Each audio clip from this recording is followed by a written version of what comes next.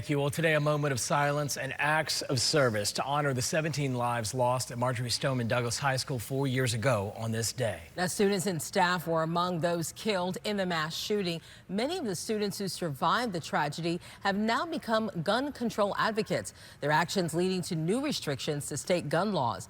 The tragedy also led to changes that mandated a school resource officer at each school campus. 4 years ago this day, tragedy struck at Marjory Stoneman Douglas High School, a day that will always be seen through the prism of one teenager's violent actions and the loss of 17 lives. A former local prosecutor and WPTV's legal analyst sat down with anchor Jay Kashmir to reflect upon the day and its impact on society. 911, what is your emergency? Yes, there's shots at Stoneman Douglas. Someone's shooting up the school at Stoneman Douglas. Someone is doing what? Hello? Hello?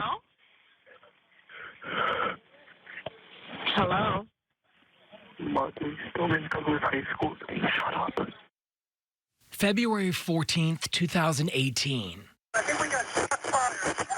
Possible shots fired. 1200 building. 2:21 p.m.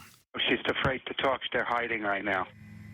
Inside Marjory Stoneman Douglas High School, 5 minutes of sheer terror changed the city of Parkland, the state of Florida, and this nation forever. It's the deadliest school shooting that has ever happened in this country. When it was over, 17 lives were remembered, honored, and memorialized. Sentencing is not the end of this case. This case is going to live in the hearts and minds of everyone in South Florida, if not the nation, because of how gruesome it was and how many of our children were lost as a result of this act.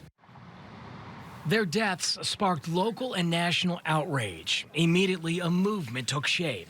When you saw the survivors of this tragedy come together as a community and really lead the rallying cry for change, and they would not take no for an answer. Hundreds who lived through that horrific day used the memories of the victims to fight for change, and they were quickly heard. They have created a whole new generation of advocates, and through their peaceful protests, through their statements, through their speeches, they have literally told the lawmakers, we're not going to sit by and remain silent. Missteps and miscommunication ran untethered in the aftermath. Broward County Sheriff and school superintendent lost their jobs. The school's resource officer resigned under scrutiny and awaits trial on charges of negligence and child neglect. An Everyday Sense built a roadmap around Nicholas Cruz, with signs along the way showing how this tragedy could have been prevented.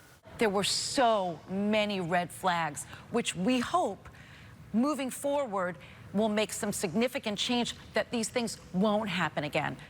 Laws changed within months. Those voices from survivors carried an echo that went well beyond Parkland. We saw laws that were passed that before this tragedy would never have even seen the House floor in the state of Florida. And the most polarizing of them all, gun violence, again became an all too familiar topic that raged through the halls of Congress and our government.